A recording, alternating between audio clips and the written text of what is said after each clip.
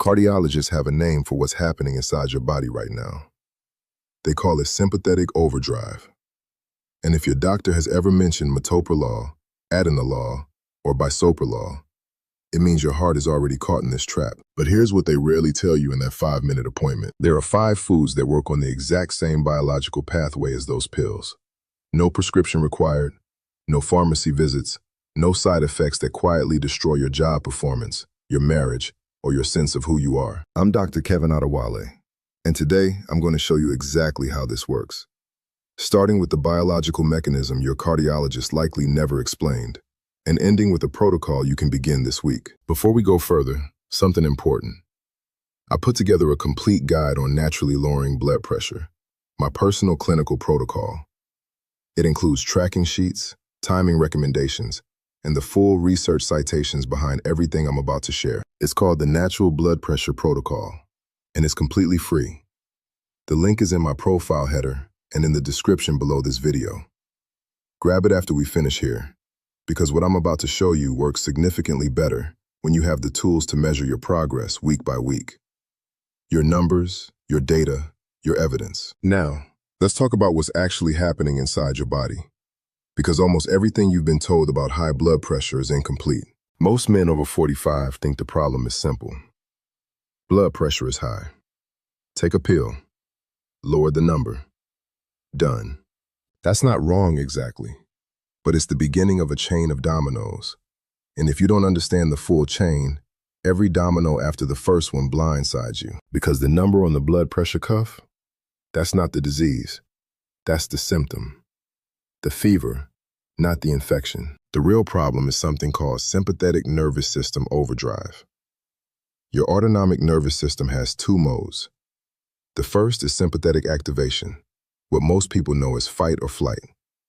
Your heart rate increases, blood vessels constrict, adrenaline and noradrenaline flood your bloodstream. Your body prepares for a threat, any threat, real or perceived. The second mode is parasympathetic activation, rest and repair. Heart rate slows, blood vessels relax, digestion works properly, immune function recovers. This is the mode where actual healing happens. For millions of men over 45, the sympathetic system is stuck in the on position. Not because there's a tiger in the room, but because chronic stress, disrupted sleep, an inflammatory diet, and years of sedentary patterns have essentially jammed the switch. The system that was designed to save you from acute danger is now running continuously, in the background, every hour of every day. Think of it like a car engine revving at 4,000 RPM while you're sitting in a parking lot. The engine isn't broken, but it's burning fuel it shouldn't be burning, generating heat it shouldn't be generating, wearing down components that were designed to last for decades. Your heart is doing exactly the same thing. Day after day, while you go about your life, while you feel no obvious warning signs, while you assume things are basically fine, the damage is compounding quietly. And here's where the pharmaceutical solution enters the picture. And here's where the next domino falls. Beta blockers. Drugs like Metoprolol, Atenolol, Bisoprolol, and Carvedilol work by blocking the beta-adrenergic receptors in your heart and blood vessels. When adrenaline and noradrenaline are released by your sympathetic system, they normally bind to these receptors and drive up your heart rate and the force of each contraction. Beta blockers sit in those receptor sites like a plug in a socket, preventing the adrenaline signal from getting through. The heart rate slows, blood pressure drops, numbers look better on paper. But here's what the pharmaceutical model doesn't address. The underlying sympathetic overdrive is still there. Your nervous system is still revving at 4,000 RPM. You've simply disconnected the dashboard warning light. The engine is still running hot. The damage is still accumulating.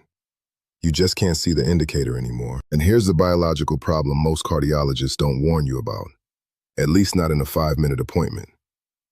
When you block those beta receptors artificially with a pharmaceutical, your body detects that the receptors aren't responding normally. So it compensates. It upregulates. It manufactures more receptors. It makes those receptors increasingly sensitive to whatever adrenaline does get through. Your biology is fighting back, trying to restore the signaling it depends on. You become dependent, not psychologically, biologically. You need the pill not just to manage the original problem, but to prevent your own compensatory biology from triggering a dangerous rebound. And while this dependency builds, the side effects are doing damage in ways that don't show up on any EKG or routine blood test. I want to tell you about a patient I'll call Bob. Bob came to me at 53 years old, project manager at a construction firm, solid career, reasonable income, 24 years of marriage, 3 kids finishing college. His doctor had put him on Metoprolol 2 years earlier after his blood pressure hit 150/95. Standard protocol. The numbers came down. His cardiologist was satisfied. But Bob was losing his mind, not literally. But when he sat across from me, he described something I've heard from hundreds of men on beta blockers. He said, "Dr. Adewale, I feel like I'm watching my own life through a window. I'm there." That's beta blocker-induced cognitive impairment. Brain fog, one of the most common and least discussed side effects of this drug class. Beta receptors aren't only in your heart, they're distributed throughout your brain. When you block them systemically, you slow neural signaling, reduce cerebral blood flow, and interfere with the catecholamine systems involved in memory, focus, and executive function. Bob was forgetting details at work, making errors he hadn't made in 20 years of managing complex projects. His supervisor eventually put him on a performance improvement plan. A man who had overseen multi-million-dollar construction projects for 2 decades, suddenly struggling to keep track of basic scheduling. The chronic fatigue started around month 3 on the medication. He described waking up and feeling like he'd already worked a full shift before his feet hit the floor.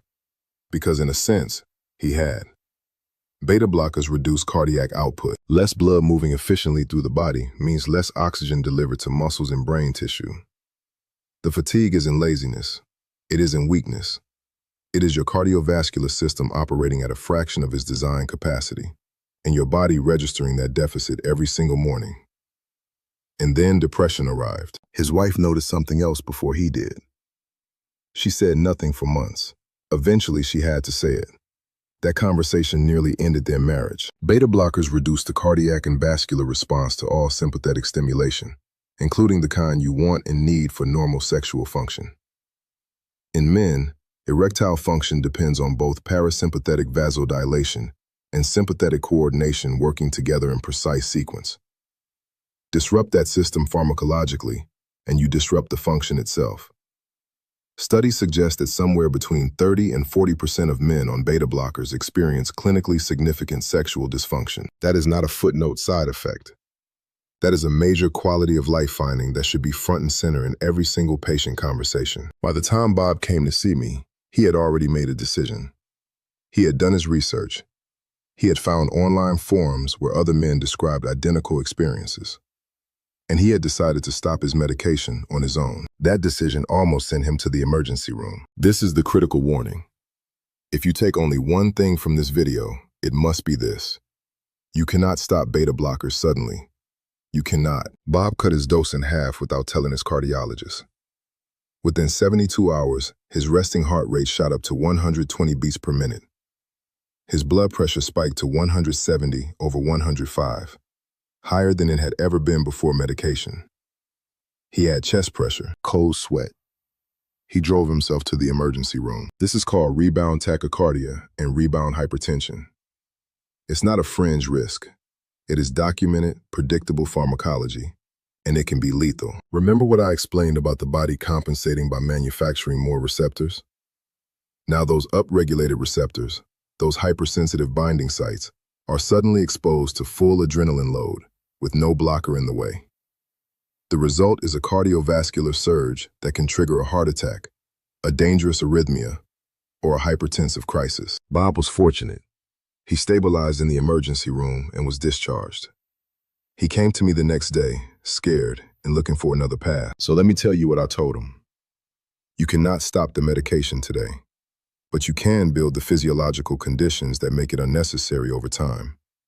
You can create your own natural braking system, gradually, through specific foods, so that when your cardiologist eventually reviews your blood pressure data and considers reducing the dose, your body already has its own regulation in place. That system exists in 5 specific foods. These foods activate the same biological pathways as pharmaceutical beta blockers. They reduce sympathetic nervous system activity. They lower heart rate.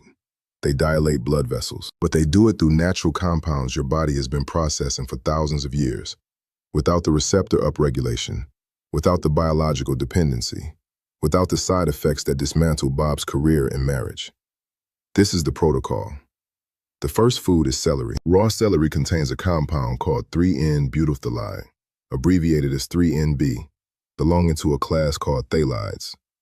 It has a well-documented vasodilatory effect, meaning it relaxes the smooth muscle in the walls of your blood vessels, allowing those vessels to widen. When vessels widen, peripheral resistance drops. And when resistance drops, your heart doesn't have to work nearly as hard to push blood through the system. Think of it like removing a kink from a garden hose. The pressure at the source drops immediately, not because the pump is weaker, but because the flow path opened. Research published in the Journal of Medicinal Food showed that 3NB can reduce systolic blood pressure by up to 12% over 4 weeks of consistent consumption. That's a clinically meaningful number, comparable to what some low-dose pharmaceuticals achieve. The protocol: 4 stalks per day, 2 in the morning, 2 in the evening. Raw is essential, not cooked, not in a soup, not sautéed. Heat breaks down 3NB significantly. Juiced is acceptable. Blended into a smoothie works well. Cold preparation preserves the compound. Hot preparation largely destroys it. This is the mistake most people make when they read about celery and blood pressure. They add it to cooked dishes and wonder why nothing changes. The second food is fatty fish: salmon, mackerel, sardines. The most bioavailable sources of long-chain omega-3 fatty acids, specifically EPA and DHA. These compounds act on the sympathetic nervous system through multiple pathways simultaneously. They reduce the production of prostaglandins and leukotrienes, inflammatory signaling molecules that chronically elevate sympathetic tone. They also have a direct effect on the pacemaker cells of your sinoatrial node, the specialized cardiac tissue that sets the baseline rhythm of your heartbeat. Research from the American Heart Association found that consistent omega-3 consumption lowers resting heart rate by 4 to 6 beats per minute in men with elevated cardiovascular risk. 4 to 6 beats per minute sounds modest. It is not. That's pharmacological territory, achieved through diet. The protocol: 120 grams, approximately 4 ounces, 3 to 4 times per week. Baked or grilled only. Frying at high heat oxidizes the omega-3 fats and forms lipid peroxides that actively promote inflammation, inverting the benefit entirely. If fish isn't practical multiple times a week, a high-quality fish oil supplement providing 2 grams of combined EPA and DHA daily is an effective alternative. Are you currently taking a blood pressure medication? If so, write the name in the comments below. Just the medication name. One word. I read every comment. I'm building a video series on natural approaches organized by drug class, and your comment tells me which one to prioritize next. The third food is beets. Beets contain exceptionally high concentrations of dietary nitrates. When you consume them, bacteria in your mouth and digestive enzymes convert those nitrates into nitric oxide, one of the most potent natural vasodilators your body produces. Nitric oxide signals the smooth muscle line in your blood vessels to relax and expand. Vessels widen, resistance drops, blood pressure falls, and your heart rate stabilizes, because your heart is no longer fighting narrowed, constricted pathways. It's moving blood through open, cooperative vessels. A meta-analysis of 12 randomized controlled trials published in the journal Hypertension found that regular beet consumption reduced systolic blood pressure by an average of 4.4 millimeters of mercury. For context, some pharmaceutical interventions at low dose produce comparable or smaller reductions. The protocol: 1 medium beet per day, roasted, steamed, or raw. 200 milliliters of fresh beet juice delivers an equivalent dose if you prefer that form. Timing matters specifically with beets. Consume them between 6 p.m. and 8 p.m. Nitric oxide production from dietary nitrates peaks approximately 2 to 3 hours after consumption. Placing that peak during the evening transition, when your body should naturally be shifting toward parasympathetic rest mode, works with your circadian biology rather than against it. The fourth food is garlic. Raw garlic contains allicin, a compound with documented effects on sympathetic nervous system activity at the receptor level. A major review published in the Journal of Nutrition found that allicin reduces adrenaline receptor sensitivity, meaning that even when adrenaline is present and circulating, its effect on heart rate and vascular constriction is meaningfully attenuated. It's working on a mechanism similar to a pharmaceutical beta blocker, but through enzyme modulation and receptor regulation, rather than direct blockade.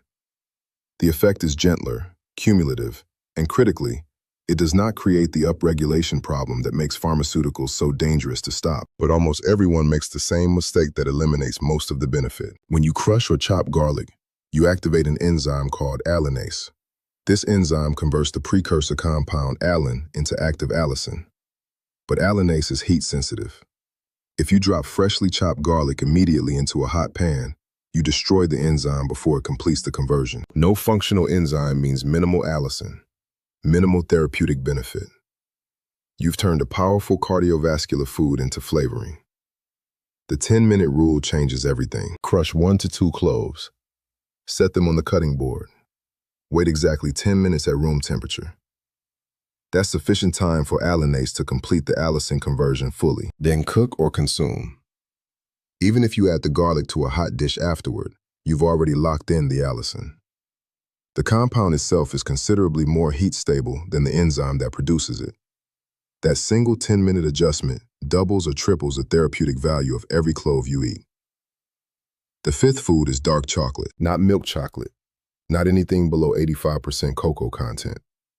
The genuine article. Dark chocolate at 85% or higher contains dense concentrations of flavonols, a subclass of flavonoids.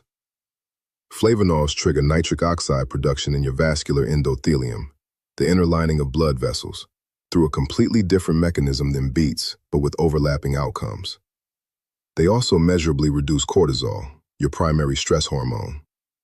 Lower cortisol means lower sympathetic activation. It gives your nervous system a genuine biochemical signal that the threat has passed and it is safe to stand down. Research from Harvard Medical School found that daily consumption of high cocoa dark chocolate was associated with significantly lower blood pressure and reduced arterial stiffness in men over 40 who consumed it consistently across 8 weeks. The protocol: 30 grams, roughly 1 ounce per day. Best timing is midday, between 2 p.m. and 4 p.m. Cortisol follows a natural arc through the day, highest in the early morning, declining through the afternoon. Adding flavonols during that natural afternoon decline deepens and extends the cortisol reduction. It also creates a small daily ritual of genuine pleasure, and anticipating something pleasurable is itself a measurable parasympathetic activator. Your nervous system begins to shift before the chocolate even reaches your bloodstream. The critical mistake: buying anything labeled dark that contains 60 or 70% cocoa. At those levels, sugar content overwhelms the flavonol benefit and drives insulin responses that actively work against the rest of this protocol. 85% minimum. Read the label every time. Now, back to Bob. I implemented this protocol with Bob alongside a gradual, medically supervised medication taper coordinated with his cardiologist. I want to be completely clear. We did not remove his metoprolol suddenly. We did not reduce it without physician direction. Any reduction in a beta blocker must be discussed with and directed by your prescribing doctor. This is not optional guidance. It is a safety requirement. What happened with Bob over the following months was the domino chain running in reverse. End of week 1. Resting heart rate dropped from 78 to 72 beats per minute. He described waking without the familiar morning heaviness. Something has shifted in how he came to consciousness each day. End of week 2. His wife said something to him. She said, "You're back." He wasn't entirely sure what had changed, the protocol or the early medication reduction or both. It was almost certainly both. But she noticed it before he did. By week 4, blood pressure was running consistently at 128/82. Not perfect, but clear. Without the fog, without the fatigue, without the dysfunction that had nearly ended his marriage. His cardiologist, reviewing 4 weeks of blood pressure logs Bob brought to the appointment, agreed to reduce the metoprolol dose by 25%. Month 3, half the original dose. Pressure stable. Cognitive function restored. energy returning across the full day in a way he hadn't experienced in 2 years. He told me that for the first time in almost 3 years, he was genuinely present at his daughter's graduation dinner, not watching through the window, there, at the table. Month 6, off medication entirely, under full medical supervision with weekly monitoring, then bi-weekly, then monthly. Last spring, Bob sent me a message. His supervisor had pulled them aside again, not for a performance improvement plan, to offer him a promotion. That's the chain running in the right direction. Here's a realistic timeline for what you can expect following this protocol consistently. Week 1, reduce morning resting heart rate. Many people notice improved sleep quality as the parasympathetic system begins reasserting its natural evening dominance. Week 2, noticeable improvement in sustained afternoon energy. The suppression of cellular oxygenation that beta blockers impose begins to lift. Week 4, measurable blood pressure improvement. Most people in clinical practice see between 6 and 14 millimeters of mercury reduction in systolic pressure when the full 5-food protocol is followed consistently. Month 3, the kind of data that gives your physician a concrete, evidence-based reason to discuss medication adjustment at your next appointment. I want to ask you something before you go. Out of these 5 foods, how many are already part of your regular diet right now? Write the number in the comments. Just the number. I genuinely want to see the pattern. And I have a theory that most people are missing the same 2 or 3, and those missing ones are exactly where the biggest opportunity sits. This protocol does not replace your prescribed medication today. You work with your physician. You bring them a blood pressure log. You show them the numbers. You let the biology make the case. The goal is to make your own body so well regulated that the pharmaceutical becomes unnecessary. That goal is realistic for many men, but it requires consistency across months, medical partnership, and the willingness to track your progress honestly. If you want the complete system for doing that, tracking templates, timing charts, and the full research behind everything covered today, the Natural Blood Pressure Protocol Guide is in my profile header and in the description below this video. Your biology didn't reach this point overnight. It built through years of accumulated signals, thousands of mornings, thousands of meals, thousands of nights of incomplete rest, and it will recalibrate through better ones. But you can begin giving those signals today. 1 stalk of celery with breakfast. 1 piece of salmon this week. 1 crushed clove of garlic with 10 minutes of patience before you add it to your food. Start there. That's the first domino. And once it falls, the rest follow.